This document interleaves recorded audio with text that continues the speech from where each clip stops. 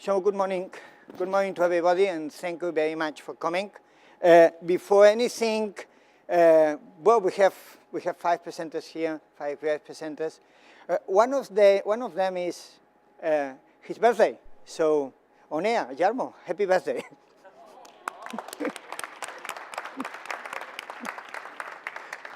And thank you very much for being here the day of your birthday and so on. We have 5 great presenters. We have Sergio Jerez from the City Hall of Barcelona. He is the mobile, eGovernment and data director.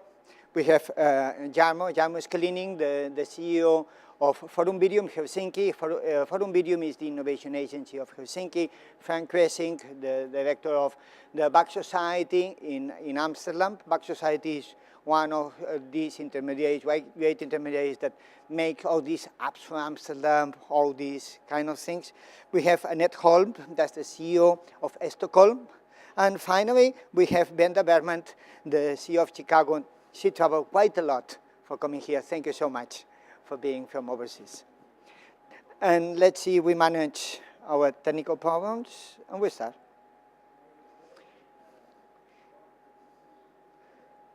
Well, our presentation, this panel is about apps. It's about how apps are changing the society. We have a first introduction about open data. Many of the apps are related to open data, but not all of them. So let's see if we solve it a little bit.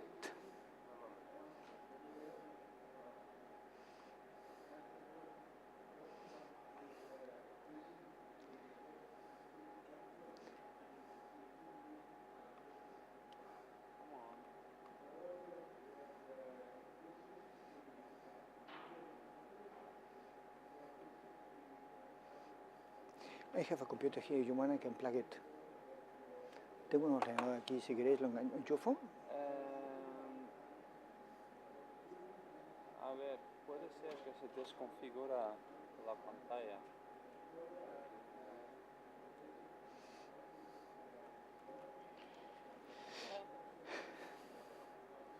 Está bloqueado.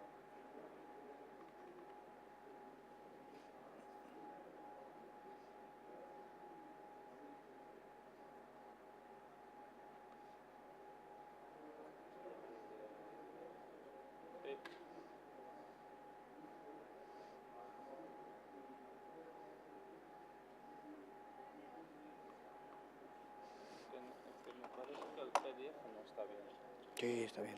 Si lo haces con esto, lo puedes ver bien.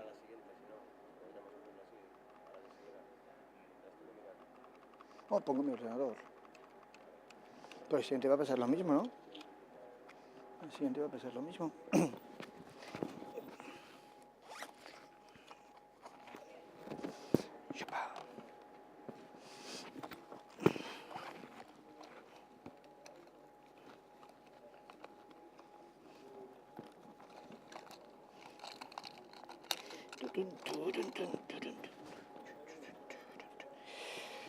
Just 1 second.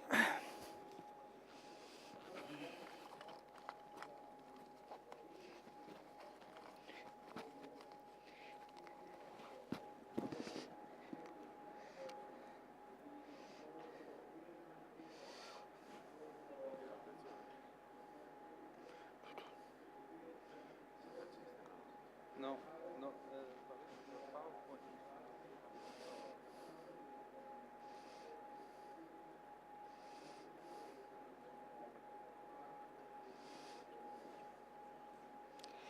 Okay.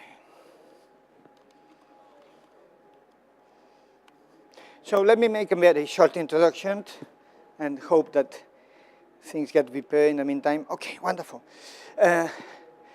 For the ones that don't know, then still don't know much about open data, or don't know much, the whole thing of open data is about how to provide services to the community in a different way. It started in Washington, D.C. in 2008 by Civic Commons. This was the catalog. And well, one way is that the city provides services. The other way is to do competitions in order to provide services. The results the money and the fame of the fortune was not so much, was $20,000 at that time, 2 gold prizes, 6 silver, and so on. But if we make a study of what were the results, this was the results of the first competition for 7 apps, and then for a value of $2.3 million with a ROI of 4,000%. And that's why it ignited the whole thing after the Obama administration with data.gov put the whole thing forward, moved the whole thing forward, and the British did more or less the same thing with data.gov, that UK, and then the continental Europe took it. And this was one of the apps in Washington, one of the first apps using open data. It's a crime, so you have a setting of the location where you are, how dangerous it is, and so on. It's one of the many things. We have many success stories. This is in Boston, the MTA that decided to open some lines, some bus lines. Instead of doing them in the traditional way, we first do these interfaces and provide the data. Second, we do the font and so on, and then we distribute the data. They decided to reverse the model. And what happened was, and this is another reason why this is so successful in many ways. So what happened was, in the first hour, somebody did a mashup. In 2 days, you had the same mashup extended. In 1 week, you have a presentation in the web. In 2 weeks, you had this presentation, you have this web app predicting how the things were. And in 4 weeks, you have these signs that cost $200, and on top, they make a profit because it was a company. The signs cost originally to the Boston MBTA cost $5,000, and they couldn't lower the price. So it was a clear advantage. In 5 weeks, you had an iPhone. In 7 weeks, you had these services: first voice, second SMS, and so on. And there are many success stories. This is more recent also about transportation that I like to show sometimes. And this is some apps. These are some apps. And for example, this is in Portland, it's the iNap. Well, you can imagine what the iNap makes. I mean, wakes you up when you are nearby the station. And this is in Boston, it's how far is the T? The T is this tram that runs in Boston. That, as you can imagine, many times it doesn't work very well. So this app works for that. Or in New York, this is exit strategy that tells you which wagon you have to wear in the subway in order to make the connection shorter. And believe me, this is important at 7 in the morning in New York. This is something that you value a lot because it's so cramped. And well, we think about all these apps. How of these apps would have been made by a city hall? None of them. And that's the power of what we are talking about. This is another success story also from Boston. This is a hydrant, and then hydrant have this type of problems, and then, well, Nigel Jakov, that is the chief of Boston of Advanced Mechanics, that is an agency in Boston, devised a way to solve it by making people to adopt a hydrant. And they make this app. This app lets you to adopt a hydrant. So when it snows, you receive a text message and you say, is my hydrant working or not? And then if it's working, you say, okay, it's perfect. It's not, you say it, and they repair it. This saves a tremendous amount of time going one place to another, trying to see what is working and what is not. And also this redefines the way we understand citizenship using IT tools, which is probably even more important. This has been replicated in Honolulu with sirens, that people steal the batteries. This, in many other cities in Chicago, was replicated also with sidewalks, that you had to adopt a sidewalk that I don't know what is how is it going or not, but it's going fine. So we're trying to do this in Europe with Civic Commons, Europe Civic Commons, that now is being expanded to Latin America.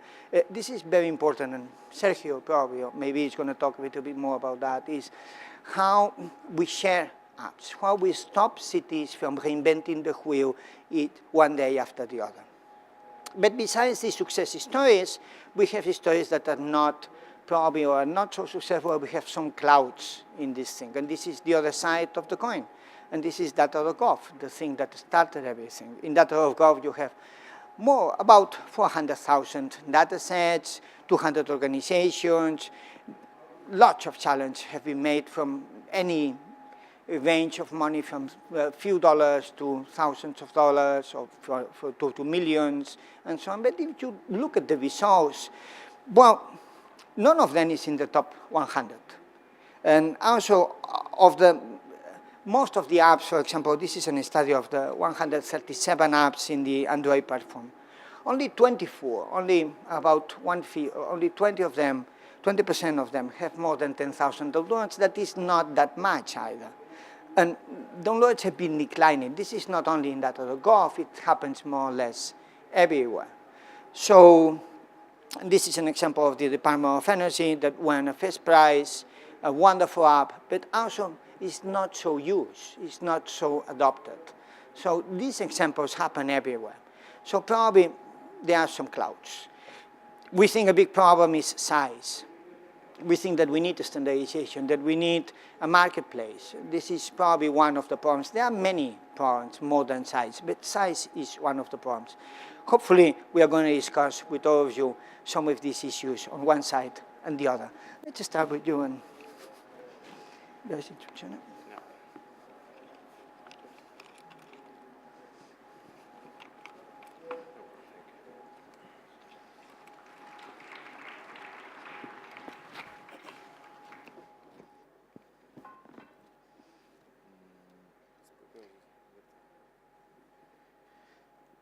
No, Sergio Jerez, this one. Okay.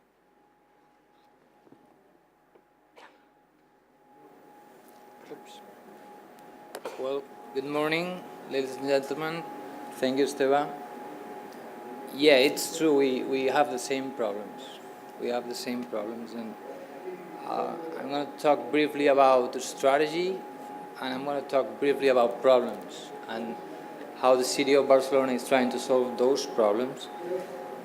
But for me, it's important for you to think about one point. It's like we are IT people, but with apps and with mobile market, we are part of the beginning of a new industry.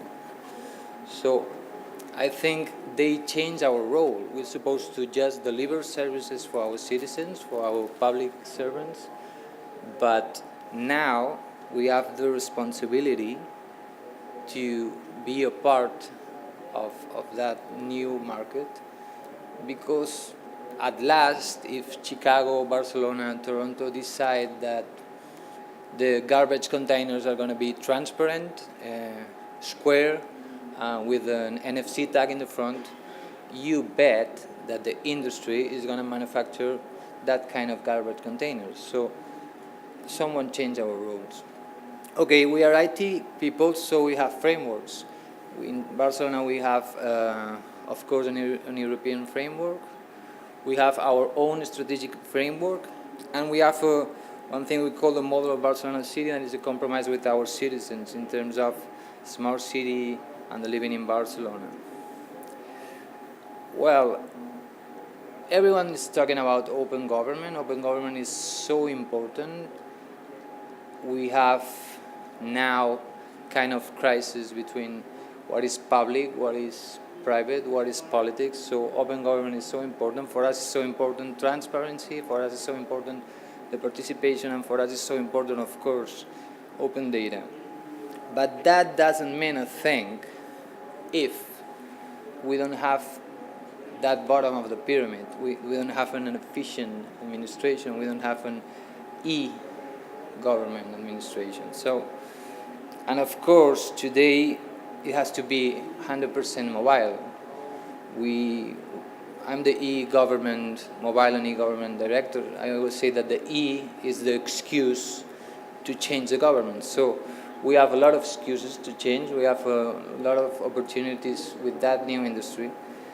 And open data is of course another excuse. We don't open data to be modern. We don't open our data to be transparent. We open data because we really believe that the data is the new raw material in the information society. And that makes us a big challenge. That is a big responsibility for the public servants and the politicians to put that data for our citizens, but especially for our enterprises. Talk about 4 projects, and these 4 projects came from different problems. So those are our solutions to those problems, and I'm sure these solutions will be common along the day with my colleagues. The first opportunity we have is we are mobile world capital. That means that we don't have a Congress in February, that it's great for the city. We need to be mobile every day of the year in Barcelona. So, first of all, I talk about apps for Barcelona. A couple of years ago, we developed apps. We were programmed in the same way that we were developing things on the internet. And apps and apps and apps and apps. For every single thing, we have an app. And we have more than 1 million downloads for our official apps. But one day, we realized that we have to do something better. We have to help people, help the industry that I told you, with those official channels. Because every single time the city of Barcelona was developing an app, it was a service for citizens, but it was a problem with those startups that develop apps. And it really made no sense that I live in Barcelona, I spend my summer in Chicago, and I go for working to Madrid. I don't want to download an app for the same thing in every single city that I walk around the world. So we have that problem, and then we decide not to develop apps anymore. There are some apps that no one is going to develop for us, so just a few, and we help people. So we've been doing a lot of hackathons based on open data based in not open data, private, public, with only in Barcelona, with another cities, with Amsterdam, and so on. But we have more problems. Another problem that we have is the 90% of the startups that are in the market, in the Google market or Apple market, will be broke in a couple of months because no one knows there are incredible apps there. And believe me, there are incredible apps there. The second problem that we have is if you go to the markets in Google Play and Apple Store, has nothing to do about the problems that a citizen have in the city. The categories there are not the ones that I need. So we have we find a company and we were working about those ideas. So we were thinking about putting the stamp of Barcelona in apps that we find somewhere. But we have another problem. And the problem was, if you have an app of a taxi, and you have an app of a taxi, who is the city to put the stamp of official app or trusted app from Barcelona to your app and not to your app? We are not that important. And those guys, if we put the stamp, believe me, they are going to have a lot of downloads. So there's a lot of money in that. And so we invent apps for Barcelona. Apps for Barcelona, is about platform, is a market, and could be app for Chicago or whatever, with 16 categories about living in the city. And the trick is, we are not the ones that put the official stamps. We select for every category experts. So if I have a Gartner expert or a restaurant expert that's saying that your app about restaurants is a good one, so they have the responsibility to put the stamp. I just give them the stamp of official apps and are the experts. We have a lot of experts that recommend those apps. More problems and more solutions. The second problem that we have here in Barcelona is we have a lot of overpromise about digital signature and digital certificates.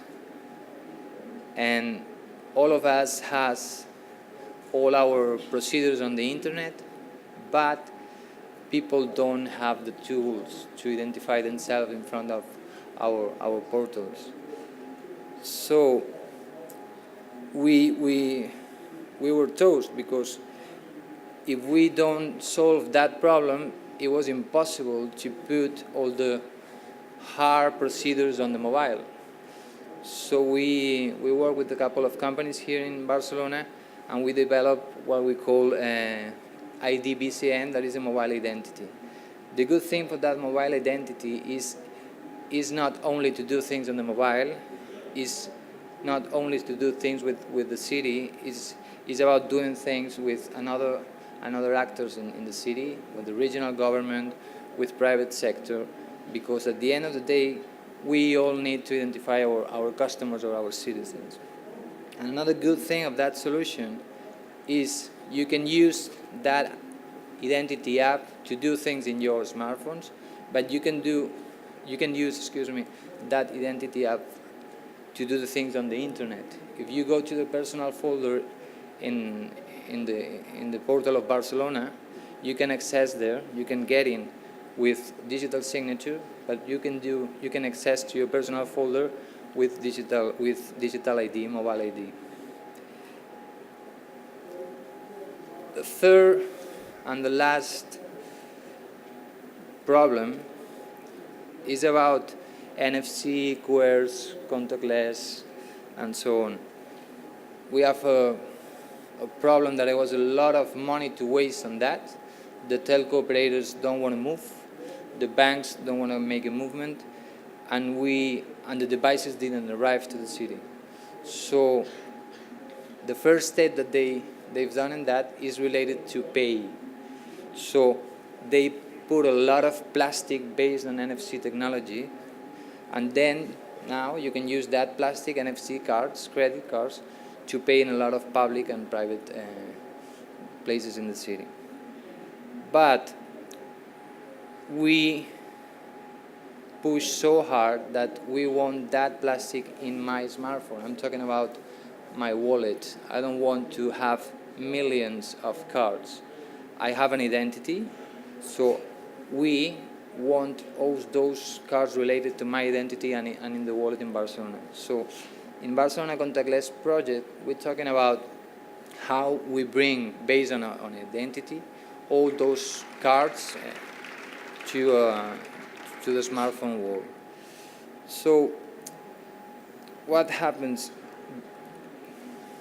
The second problem that we have in terms of QR NFC is you walk around the city and you find one big QR code sponsored by Coca-Cola, and another place, and a small NFC tag sponsored by someone else.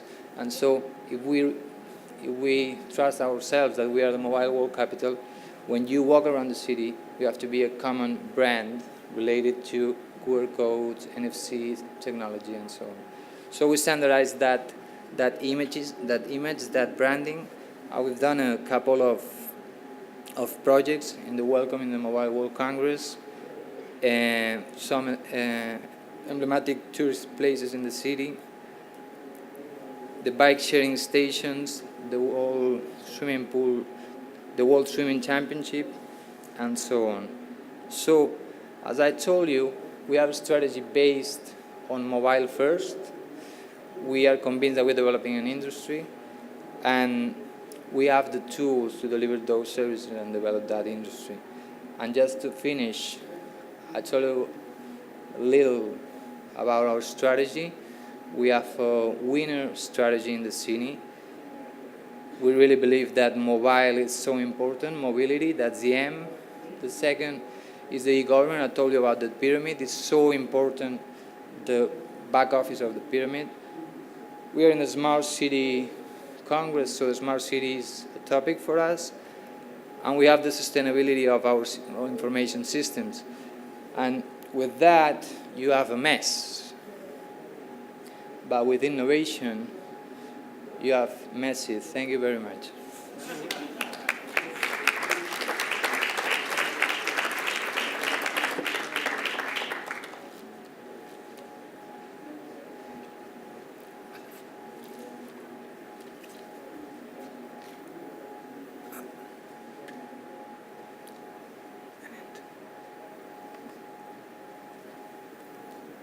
it's okay. No.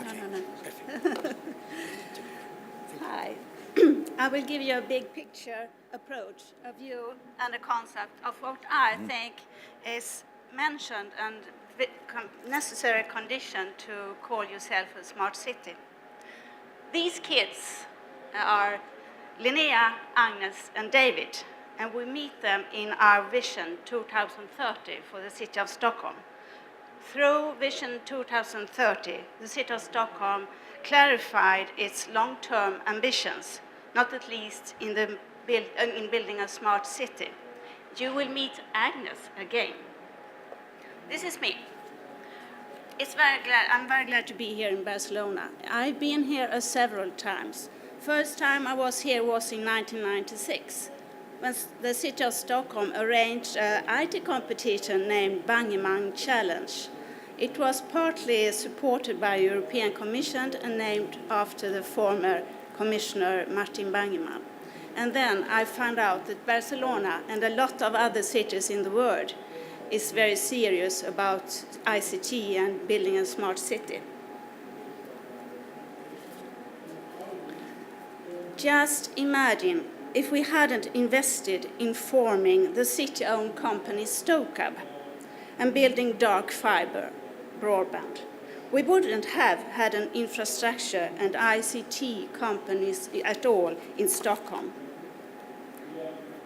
Just imagine if we hadn't introduced simplified game-style e-services such as 3D back in year 2000.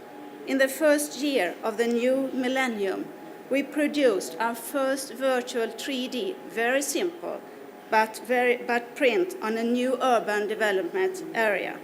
It cost us 100,000 euro, but meant that the former mayor of Stockholm, Carl Cederschiöld, who was very interested in IT, literally can walk around the streets. We wouldn't today have had 3D digital city models today, including easier ways to approach citizens and make it easier to participate in the planning process. Just imagine if we hadn't invested in questioning our routines and methods in technical infrastructure. We wouldn't have had digital services today to make Stockholm a better city. After that 100,000 euro project, we received 70 million euro, and that was, of course, necessary financial conditions to develop our e-services to make Stockholm a better city. Stockholm, one of the greatest waterfront cities according to the BBC.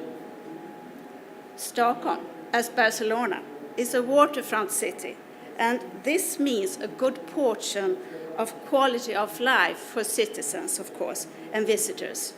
The clean water are inviting for swimmers and for boats. But it also means that you can build attractive buildings and housing, use the waterways for communication and transportation, both for tourists and shipping companies. But Stockholm is not just beautiful. It has also, for many years now, been a leader in the IT fields. The magazine Waag listed Europe's hottest startup capitals 2011, and Stockholm was one of them. There is a lot of successful startup companies who started in Stockholm, and today they are a large player in the global market. This is said about Sweden.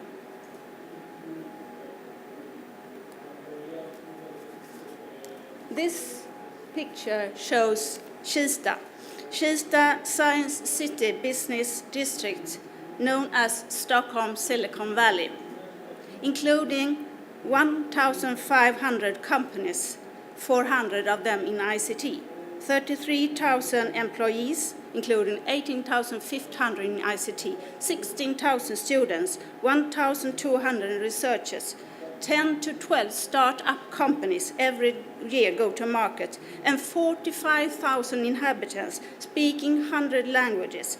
This means extensive opportunities, of course, for growing work in is an important international meeting place.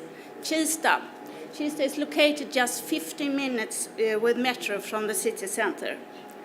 Now, I will tell you something that could interest, perhaps, crime scene investigators. This is just one example of the sort of smart ideas that emerge from a creative and innovative environment. The Interactive Institute, and that is a research institute active in the innovation ICT sector in Kista, Stockholm, showing here an invention that has been developed and commercialized, a 3D virtual autopsy table. It is used in hospitals worldwide, but perhaps even crime scenes investigators in TV series like CSI will be interested in this. Sweden was one of the first countries in the in the world, 1993, to deregulate the telecom market. And that was important to attract ICT companies to Sweden and to Stockholm as well. Political preconditions made it possible to establish the city-owned broadband company Stockholm in 1994. Stockholm, also called the Stockholm model, involves sharing the resources in order to cut costs, be more eco-friendly, and promote competition, diversity, and freedom of choice. And this has been extremely successful and necessary condition for establish connectivity and cooperation, growth, and innovation.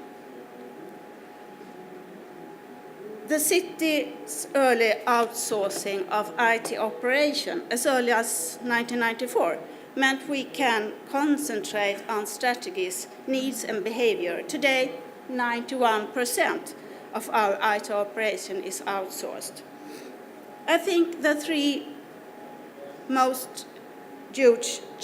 challenges with outsourcing is vendor integration, innovation, and control and governance.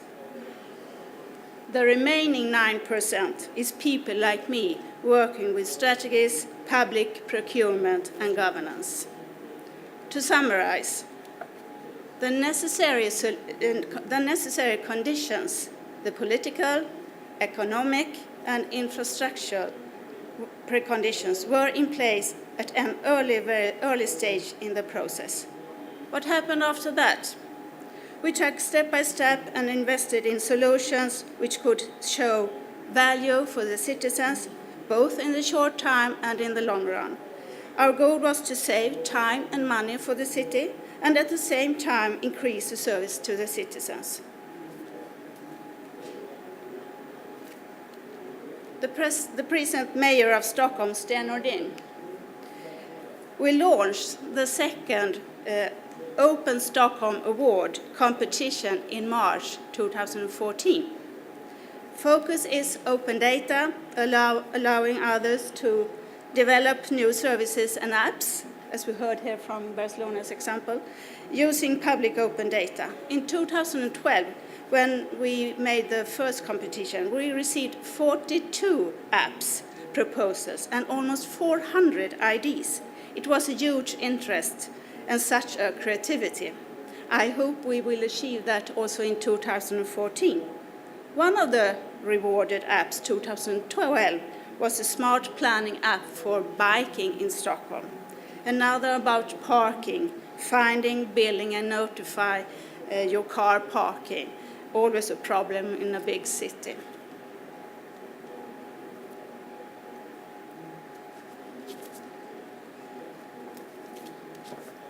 The e-service program was launched 2007 and wound up 2012. The total budget was 70 million euro. Its goals were to provide better services, to work smarter and to progress all business more quickly, to work more efficiently and to free up resources for other areas, to increase, of course, transparency, participation, and to provide a better overview of what is happening in the city. Some of the services are used from 90% or more of the target group. Now some other examples. First, this is the self-service reporting for restaurants. Paperwork is not an entrepreneur's favorite task, I think. And the licensing unit at the city office has a lot of paperwork of which it must keep track. That's why we developed a self-service web service for restaurants that has made both the restaurant owner and the license unit bosses happy. That was, of course, popular. The second example I give you is the online social services advice facility, which was launched in May this year. It is a web service in combination with Microsoft's Link chat tool. I will finish my presentation with the third example.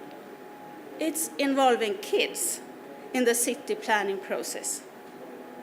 We were interested in finding out what the pupils thought about the schoolyards and the area close to the school. Pupils took part in the dialogue. The first stop was the Museum of Architecture, where they gained a different perspective and found out more about urban planning. They also had the opportunity to build their own favorite city district. The participants, the pupils, were equipped with smartphones and sent out into the schoolyard and the local area to photograph 3 different motifs. 1, good place, green dot on the map. 2, boring bad place, red dot. 3, their favorite place, yellow dot. The photos were geotagged and linked to an interactive map on which all of the different colored dots were displayed. Every dot on the map was a link to the picture in question, and also a movie. Here we see Isabella's picture of her favorite place, a tree to climb. All of the material gathered was handed over to the city office, and the work continued to find a nice city planning for this area. And I have to mention the kids were very happy and excited in this process. Finally, I will finish my presentation and we meet Agnes again. This is the future citizen. Today, Agnes is aged 26 years in 2030. So Agnes, how do you get around in Stockholm? By underground, a boat, and my red V8. Whereabouts in Stockholm do you live? In Örnsberg, close to the cafe and the zoo. What happens if you fall ill? I press a button of my computer, 2 if I'm really ill. Do you have any children, Agnes? Yes. Moa, Johanna, Johan, Ulla, and a rabbit. Thank you.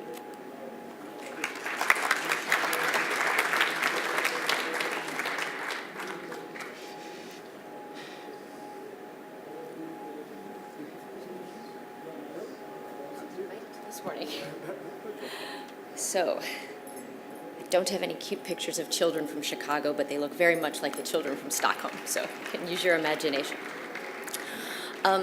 So Chicago's journey to develop apps for both internal use in the city and use with our residents began about 2.5 years ago when Mayor Emanuel was elected. And we took 2 very specific approaches from a strategic perspective. One was to very specifically embrace the mayor's commitment to data transparency, and the second was to determine that, understand our limitation as an IT department, that we were never going to be able to develop ourselves all of the apps that every resident in the city of Chicago was going to need. And we were going to need partners. And those very partners really were the many, many developers and talented individuals that lived right in our city. So instead of trying ourselves to develop all of the apps that residents might need, we instead would be the platform for development in Chicago, we, the IT department, the city, and we would partner with what we call the civic development community, but all of those commonly called sort of hackers out there in the world, but we would partner with all of those developers and let them meet the needs by providing them with the tools, the data, and the foundation that they needed to meet the community development needs or the community application needs at the grassroots level. So those two strategic decisions really set us on a path that developed in this way. So first, the path around open data in Chicago. We had an open data portal in Chicago before Mayor Emanuel was elected, but it had, I think, in 2011, 3 data sets on it, which really doesn't scream transparency. So that did not make the mayor happy, and when the mayor is not happy, you get very, very active. And the mayor did a couple of things to make Chicago what we believe to be and hope to maintain the title of being the most transparent city in the U.S. So he did a couple of things. One, he named the first chief data officer in the United States, which was Brett Goldstein, because he wanted someone to be in charge of data transparency. He wanted someone responsible. And it was the chief data officer's job to really, as we used to say around the office, release the data. And between 2012 and now, we've managed to publish more than 400 sets of data on the portal. And it ranges from employee salaries to health data, personal health data, aggregate health data, to crime statistics, to performance data about city services, to licensing data. You name it, it is out there. And all of that is available in several forms, because that's the other thing that was important. Is it's one thing to publish data, it's another to make that data usable to various audiences. So the amount of data on the portal continues to grow, and it's accessible right now in actually 4 formats. So first, we focus quite a bit these days on the visualization of the data. So the visualization layer of our data portal is through Socrata, and we actively are engaged with them to develop new means of visualizing the data for the general public. Because I don't know about you, but when someone hands me a list of tabular data, that really doesn't tell me a story.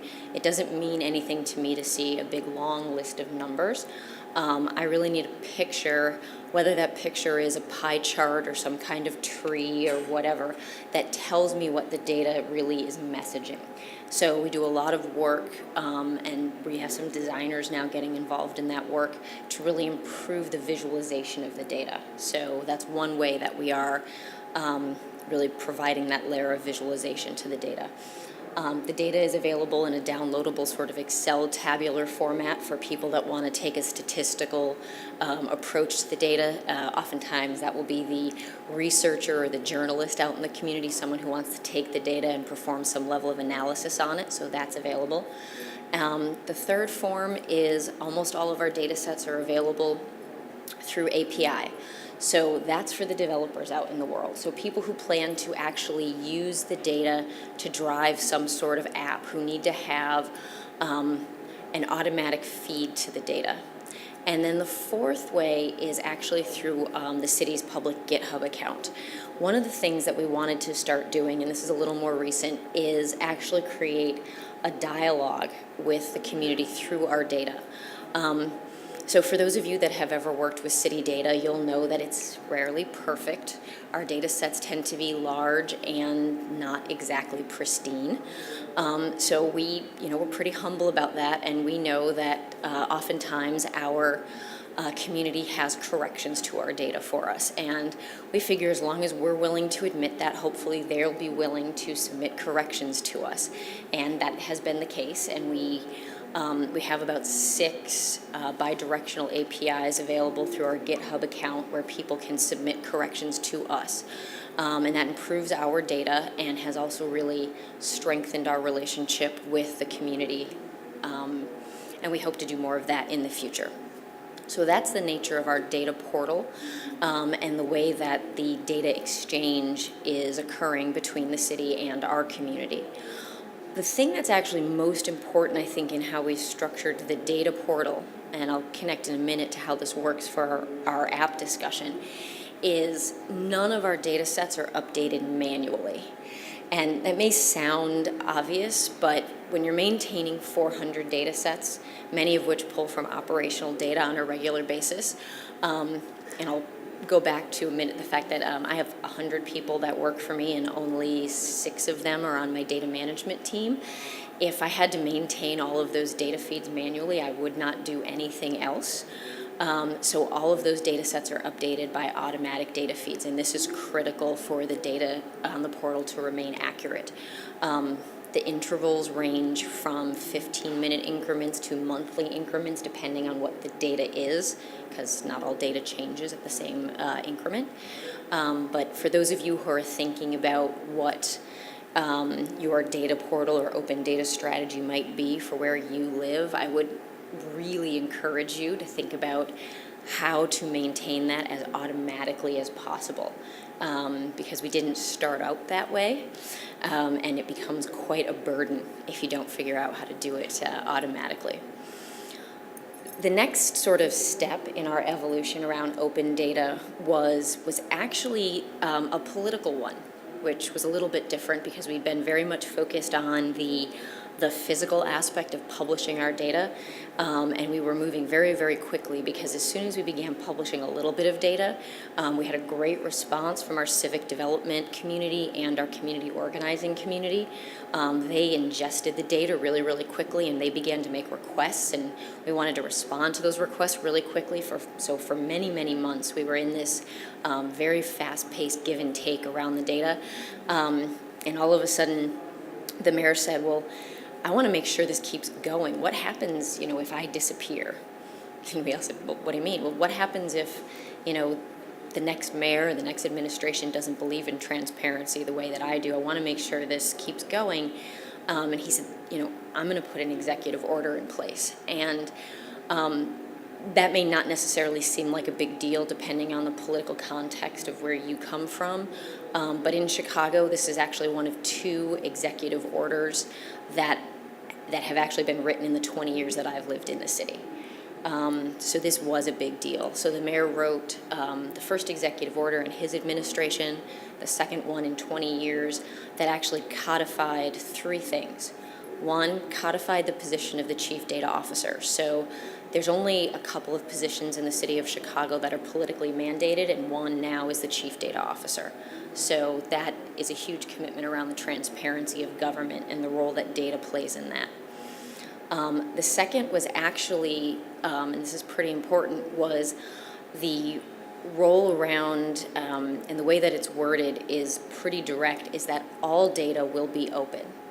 So this requires that if a department, and departments own their data, right? I don't own the data centrally, departments own their operational data. If a department believes that some data should be accepted from being open, and some data should be, right? The health department has personal health data. We will never publish that. But they have to actually go through a rigorous exception process for that data to be accepted from the open data policy. And that is now law in the city of Chicago. This raised some eyebrows among both the departments and the city council, but that is now how the city operates. And the third thing that the executive order did was it moved the role of the chief data officer from the mayor's office or the executive office into the Department of Innovation and Technology, which is the department that I run, which means that it took the role of transparency out of the political office and into the operational department, which for the city of Chicago means that data transparency now is a core operation of the city and less likely to be impacted by the wiles of politics and elections. It doesn't mean that it may not be impacted by that, but hopefully over time, the process and the practice of data transparency and publishing data will just become daily work and something that we do as a matter of course and not something that requires direct supervision of the mayor himself. So we're getting away from this being something special and novel that it was 2.5 years ago to just the daily course of business, which is what we want it to be going forward.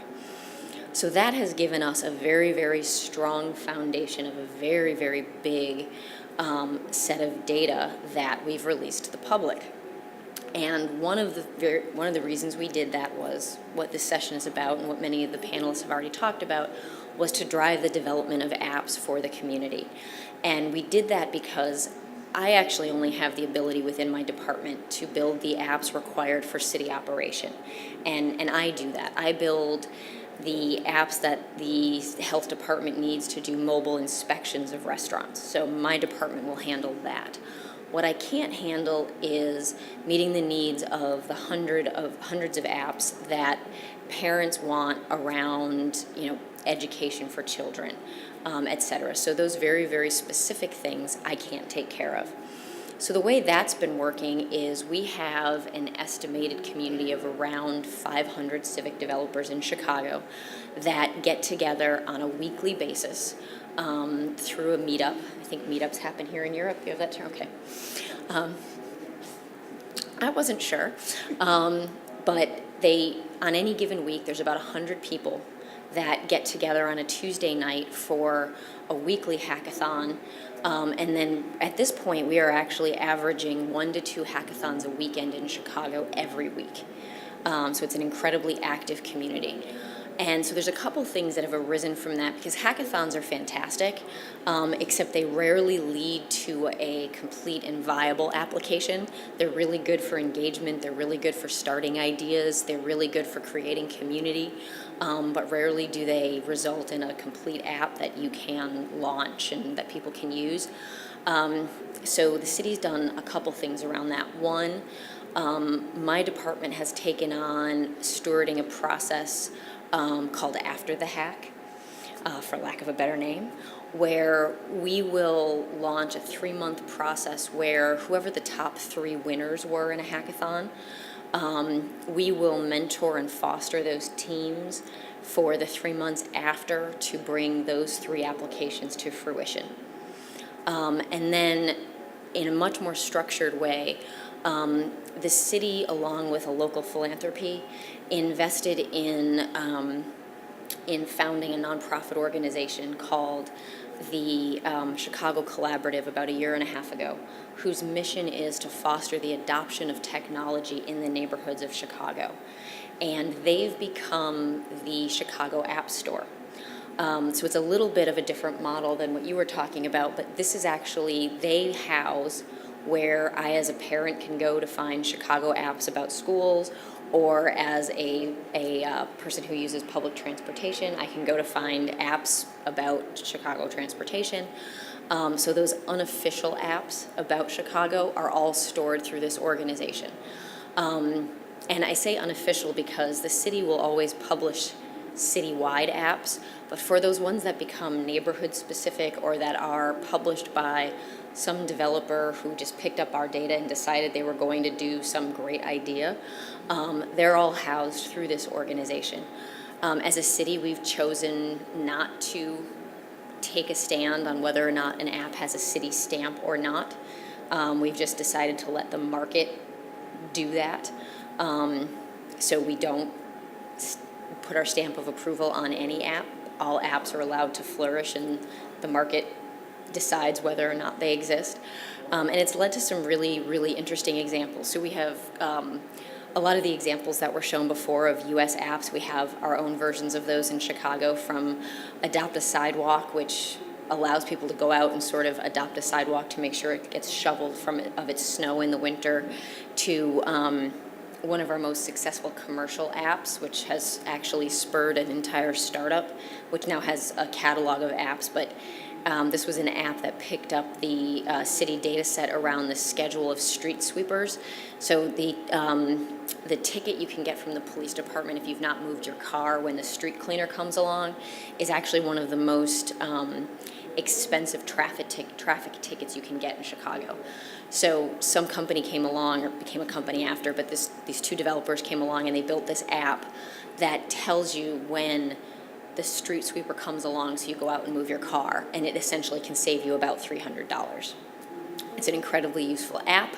I've used it myself several times. It's fantastic. It's a great app. They charge you $1.99, so the return on investment is huge.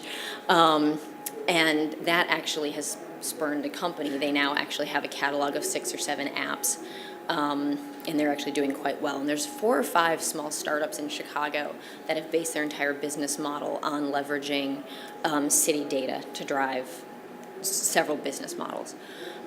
So it's been an interesting discussion in Chicago because there's several parties, some of them from a political perspective. The city council, members of the city council have been making a push for the city to monetize its data. And the mayor is adamant that is not our role. The city's data is not ours to sell because it is the we are the steward of the data, but it is not ours. It comes to us, via our service from the residents. So we will maintain our position as, government as a platform and provide that data out as a service to residents who should use that data to hold us accountable for the service that we provide, and also as a platform for economic development for those people in the community that can use that data to spur their own ideas, to drive whatever goal they have in mind. And if they can use that to spur a new job, a new business in Chicago, more power to them. That it's not going to be used to drive revenue for the city of Chicago, because it's not what we're there to do. We're there to provide service to the community. So that's the story of open data and apps in Chicago.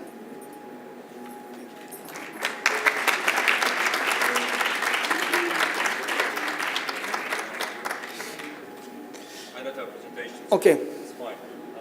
Can you put this mic on? I would hate to stand behind the podium. Thanks.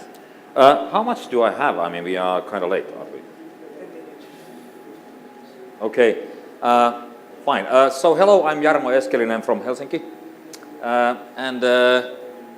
Since I lead Forum Virium Helsinki, which is the innovation external or innovation sort of annex for the city. So actually, I am not from the city, but I am with the city, which has its downsides and its good sides. So I thought of talking with you about the city as an app enabler from both internal and external perspectives, because I think they are valid here. And I start with 2 failures, which are both Finnish, and I think they build some kind of picture of what we are talking about here. First one is a company which was started after first ever Forum Virium Helsinki project in 2006. It was called Kindergarten Diary, video diary, and it was a nice project in which there was an app and a service which made it possible for kindergartens to post sort of a diary about what the kids were doing during the days at the kindergarten, so that the parents could access it through a secure connection. So not everybody, but just their parents, those parents of those kids. It was very popular amongst parents because they sort of got a glimpse to the hidden part of their kids' daily lives, which they had never seen before, pictures and a nice story, etc. The company was started by a guy called Peter, and he was a good salesman, and they managed to roll out the service in Helsinki, and then they managed to roll out in Hong Kong, and they managed to roll it out in San Jose, and they managed to get kindergartens one by one to join. But it happened that Peter was sort of a serial entrepreneur kind of guy, and he also invested at the same time in another company which did games. And one of the games had these birds which you threw at each other with a big sling. At pigs with a big sling. And it kind of took off, that game. It was called Angry Birds. And now Peter works as the mighty eagle for Rovio. And do you know any guesses if the kindergarten company exists anymore? Hell no. Of course it doesn't. He folded it immediately when the other company took off, because Rovio achieved in a week what it had taken a year for the other company to achieve when it comes for customers. Probably even sooner. Angry Birds went through the roof immediately. Second story is about the phone manufacturing company, which used to have an abundance of phones. I mean, all kinds of phones for all purposes. There was small phones and big phones and smartphones and waterproof phones and designed phones and less designed phones and ladies' phones and kids' phones. And a couple of years back on the market came another company who had one phone. And the company who had many phones ridiculed totally the company with one phone. That's a stupid idea. They have one phone. And the one phone was, of course, iPhone, and the many phones company was, of course, Nokia. And one of them does phones still, and the other one doesn't. Or should I say it's been sold to an external buyer, the one who made many phones. And why was that? It was because they didn't understand that the one phone was the whole bloody point. It's a platform in which you can have everything. And if there are multiple, it's harder to manage. But if there's one, you can control it and make it very good, very nice experience. And then it turns into everything. It's just a window.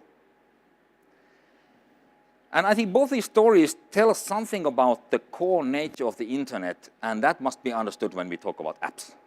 I mean, internet is about critical mass and scaling. Critical mass meaning that there must be opportunities to build huge amount of stuff, and most of it will fail, and some of it will not fail, and which doesn't fail becomes very big and very soon. And there's, of course, all kinds of variations between. But even if there's not an opportunity to become big, it's not very internet in the internet domain. And that is the problem with the cities. We all have our big projects and our big cities, and we spend lots of money, but from the internet digital service point of view, these are tiny little places which are not compatible, not connectable, not interoperable, not interesting. Which is why cities pay a lot for their digital services, because if you do such a thing for one city, you have to charge all the price from that one city, from a couple of tens of thousands of users. And if you customize it for multiple cities, yes, it's kind of okay business, but you still take the opportunity and charge everybody because they can't swap apps. So that makes the challenge which we are talking about here not a one city challenge, but a multiple city challenge. How do we make our cities compatible? Because without that, this is all fine and nice, and it will be good to have opened. I mean, we have opened 1,100 datasets in Helsinki, and lots of apps, and quite a few of them are good. But it will not actually grow any bigger and provide like a really transformative value unless we can make the cities compatible. And the way to do it is not to put together a very big standardization committee, but to work on different networks and to do it ourselves, because this field is utterly too complex to be standardized from top down. We must standardize it from bottom up by working together, deciding, okay, this is how we'll do it. Let's start with that. That's easy. Let's standardize the transport data. It's kind of easy to standardize, not too difficult. And if you can build an app for Helsinki that runs in Amsterdam and Istanbul, then it's interesting already. Now, from the external point of view, we've been talking about citizens here, but actually we've been mostly talking about from the city administration point of view. From the citizen point of view, city apps are not necessarily apps provided by the city. They are apps working in the city. And the most successful city apps are not done by cities at all. And they are the most disruptive. A couple of examples, Airbnb. Who uses Airbnb? Hundreds of thousands, actually millions of homes in tens of thousands of cities connected into accommodation service. And then there are Uber users here as well. Who uses Uber? Right. And Uber is the same. It takes a distributed resource which exists in the cities, builds it into a platform which is universal, and completely bypasses the city systems in between. And that's disruption. That's something we'll see more. Maybe we'll see a healthcare service platform provider, which makes it possible for me to take my healthcare data, transport into a platform, and get the similar kind of medical care everywhere in the world, because I travel a lot. Would be nice. And I would bypass the Finnish system, the Helsinki system, everything. And I think the cities, if we want to act as enablers, we must be very knowledgeable of this to follow what happens in the city sphere outside the city. Is there something we can enable by opening data interfaces, helping the externals to work? Is there something we shouldn't do at all because it's been done? Is there something we should really monitor and maybe even regulate because it might be wrong kind of disruption for our particular city or society?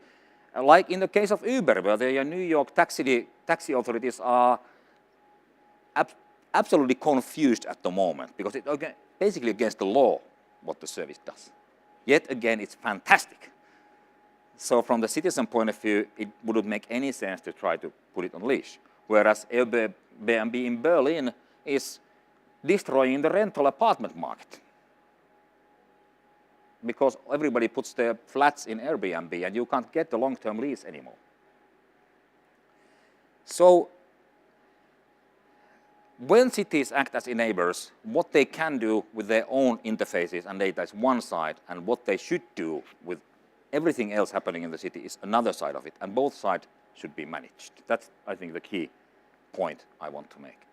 And regarding the former, which is opening interfaces, that's something which, and sort of giving possibilities for the community to work, that's something I think if we would concentrate on one thing, and one thing only, that would be how do we build compatible cities from one city to the other from bottom up. And that's something which we do in a project called City SDK. I'll close with that because it's a concrete example. There are 8 cities in Europe, from Helsinki to Amsterdam, Manchester, Lisbon, Rome, Istanbul, and Lamia. And we harmonize 3 sets of interfaces: transport data, citizen feedback data, and tourism data. And actually, maybe I'll be even more clearer. It's not data we harmonize, it's interface we harmonize. Do you know what SDK means? Who knows that? All right, I have to open that. When you do an app for Apple Store, you use Apple SDK, software development kit. That makes it possible for your app to run in the Apple universe. Cities don't have an SDK, and that's the problem because they are city by city.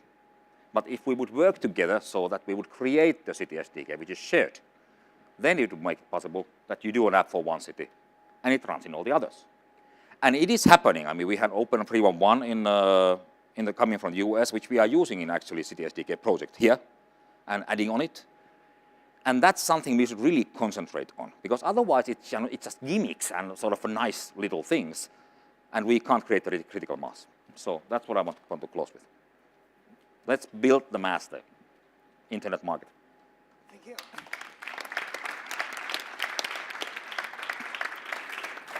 Well, now Amsterdam, we don't have so much time, but. Hello.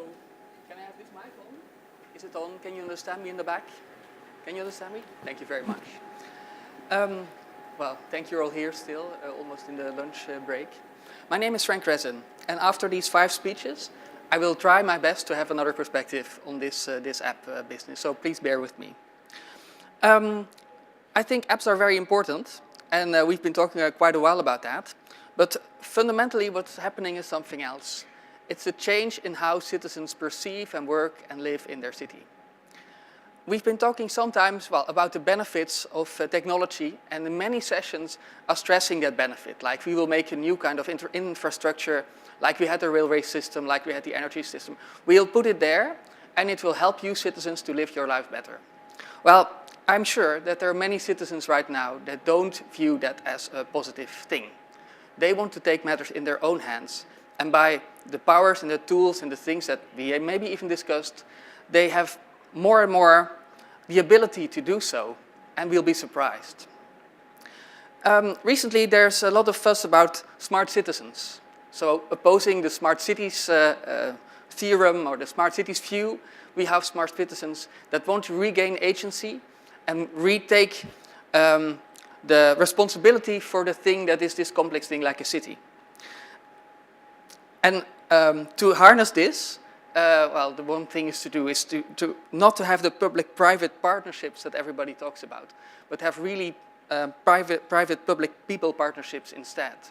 And then the P is not only for public, private, people and partnerships, but it's also about power, because I will think this will change the way power is now in those city used.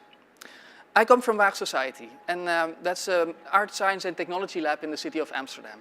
And what we try to do is to involve the many perspectives that you can have on a city, so the arts, the science, the technology, the people, in creating better applications, better systems, better practices. And we do that by taking these people very seriously, not by making applications for people, not even by making applications with them, but giving people the tools to make the applications themselves. And that can have very, very many different implications. What you see on the left, for example, is a low-cost prosthesis. It's a prosthesis that costs just $50 because it's made by the public. And it's made by a number of people who are very dedicated to it, and they use this to give the blueprint for it for free, so many people in the developed world can benefit from it.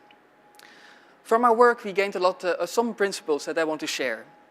The best producer of a service, of a product, of an app is the user. We see that into place, for example, in the open source community. How many of you know that the basis of the internet that we use all day is an open source software? It's not a company thing. The mail service that you use, it's an open source software. It's because the best producers are the users. He or she can learn to make anything. There's no limit anymore. You have 15-year-old people making nanostructures and then winning Google contests, and we will see much more of that. Sharing will make you grow. Well, that's been talked about by some, but it's something we should take very literally. And the actual making of the things, trying to understand how technology works, is crucial, because otherwise it will overwhelm us, and that's not what we want. We wrote a book of it, Open Design, and I'd like to show you just in a very brief way the power of that openness. Who knows this? It's Amsterdam, it's Google Maps, of course, and it was made with a lot of effort. And who knows this? It's the OpenStreetMap. It's a map made by the Commons. It's a map made by people. And if you just look at the difference, you see how much richer that map is. That is made by the people and also updated regularly by the people. And this is a principle that we should harness more in our cities. This is a map of the initial pictures of how the internet was conceived. And there were 3 different ways of how people could have made the internet. One is a centralized system with a node in the middle. It would be vulnerable. It would be not what they wanted. It should be atomic proof. Do you remember? The second one is a decentralized system where you have some nodes and they're connected, but there are still some nodes that are more important than others. And then again, there's the distributed system. And that is the internet that we have today. It's distributed, and it means that every node in the network is as powerful as all of the other nodes, and they're all connected to each other. The same is happening in the people field. Every person is connected to every other person, and that means there's a huge opportunity, and you see it happening all the time, for social innovation. People using the power of the internet and others to combine and to make new companies, new forms of working together, sharing new knowledge. We've been asked by the Commission to have an investigation about what is this new digital social innovation that is happening. And we call it for now a type of social and collaborative innovation, which innovators, users and communities collaborate through digital platforms to co-create knowledge and solutions for a wide range of social needs. This is what's happening today. We are mapping it, and if you are doing something similar, I urge you to go on the map and make it richer. And basically, it's looking at this, the network effect of the internet. We come from a system that is favoring central top-down solutions and competitive innovation. I don't think that is the way to go. what we are actually experiencing now is that there is an alternative, and it's commons-based and distributed, and it's grassroots and bottom-up, and it will solve a lot of our problems. At least if you don't take care of it, it will take care of you. It's on open networks, open data, open knowledge, and open hardware. Of course, that's the things we've been talking about before. And you see a lot of emergent tools coming up in crowdsourcing, crowdfunding, do-it-yourself biology, all kind of emergent things that are happening in the cities and we should be aware of. Based on more than 100, I think 150 examples, we are making this digital social innovation matrix. And it will tell us very good examples of each of those strands, so the open networks, open data, open knowledge, open hardware, and look at examples that might be meaningful for other contexts. It will be a publication soon, but because there's no publication yet, I will talk to you through a few of them. Who of you knows what Peerby is? There's a few, there's more. I promise you next year it will be all of you, I think. It's a platform that will allow you to share the stuff you have with your neighbors. And it enables a new way of working with goods, with material goods. Why to have a car when your neighbor has a car? Why to have, who has how to say, borg? Such a thing to make a hole in a wall?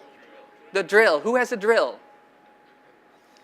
And who of you uses it more than 1 week, well, I don't know, 5 times a year?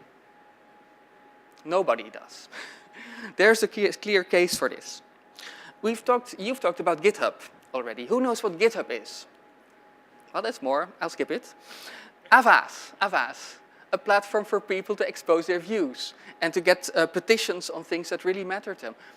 There are hundreds of thousands of active users taking a stance on very important issues each day. Who knows what this is? Tor. That's okay. I'm pleased. This is well, of course, when you, I began with trust. Many people don't trust the networks we use anymore, and I'm afraid that's rightly so. So there is a network of people making an internet that is making use of encryption in a way that will allow you to use the internet in a very private, aware way. Nobody will know what you're doing. This is something we should be aware of. Patients like me, who knows it? Does anybody use it? Many people do. Patients like me, they form communities of people who share the most private data they have, healthcare data. I have cancer, you have cancer. What can we learn by teaming up our data and being, well, together make new knowledge and be probably better than our doctor could? It's getting very huge. Open hardware, the Raspberry Pi. Who remember when computers were more than $1,000? Probably all of us did, huh? And this one is $25, but it's a valid computer. It's a whole computer. It's an open source computer that allows you to have computing power wherever you want it at an incredible price. And if you can do it, you can make your own and make it better. This is the Smart Citizen Kit. It's a Barcelona example. Because we've been talking about open data and opening up the data stores, the rich data stores that the cities have. But what will happen if people start to collect their own data? For one, because they don't trust the official networks anymore. For the other, because they want to co-create data stores that are more rich and more powerful, more insightful than the data that only the government can give. And this is happening right now. The Fab Labs, they're bottom-up makerspaces, hugely popular in developed and in developing countries alike. Networks of labs that share knowledge about making stuff, making it possible for people to make something in Barcelona, then bring it to Chicago, then bring it to Sweden, and build something very important together. The newest do-it-yourself biology. If you can make stuff, you can also make living stuff.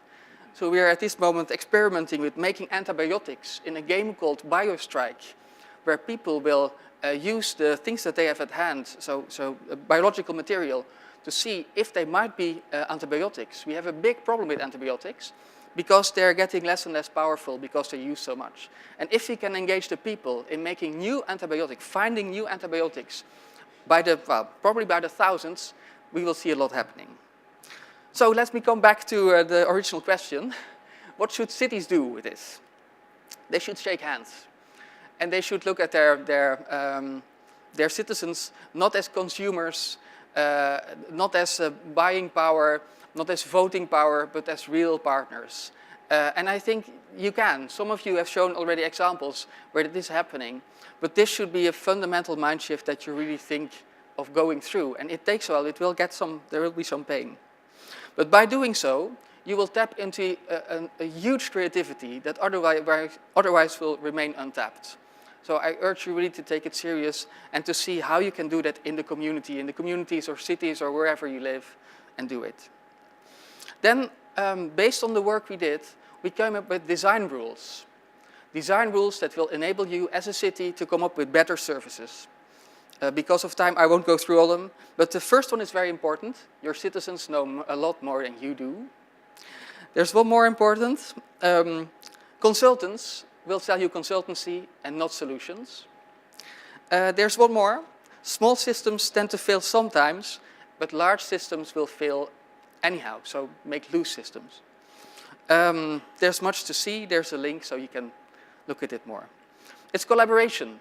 We talked about collaboration already, and it's finding the actors in a city that will enable you to be really powerful.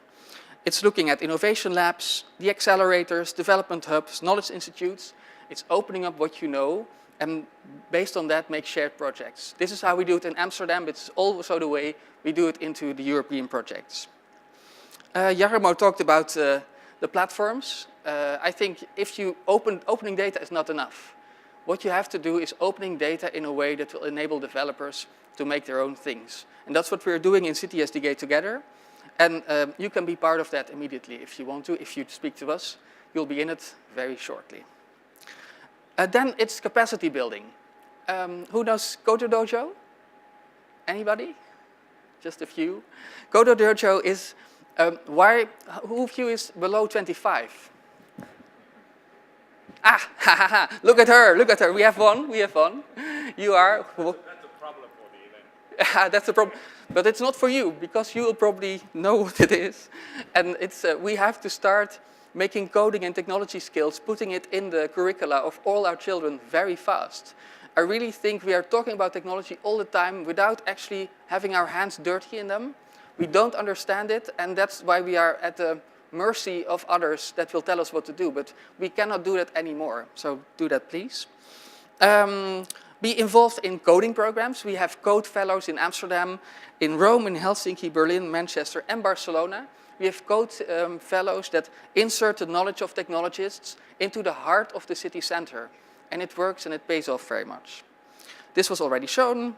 We have apps for Europe. Of course, the market is too small in any of our countries. So we started a project called Apps for Europe that will give app developers European-wide visibility for all the stuff they do and have the best ones survive and go up.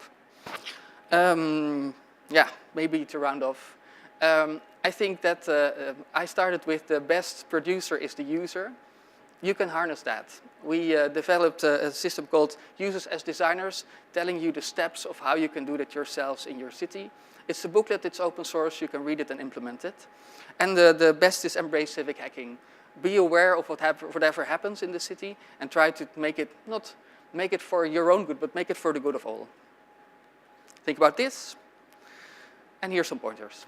Thank you very much. Thank you. It's very late, we don't have time. Just before finishing, one single question. I ask you only 30 seconds answer, we don't have more time. What are we better off? What do we need? And happy measures, or we are better off with city hosts with GitHub accounts? Or in another way, how much of this process has to be top-down and how much this process has to be bottom-up? Oh, you don't have a mic. He has a mic. She has a mic. Wonderful. The best, you hear me? No. No. Okay. Well, I think it's a combination of both things. The big organizations had big structures and had big procedures and so on and so on. So, as Chicago says, it's good to have the commitment and the power of the major or the general manager and so on.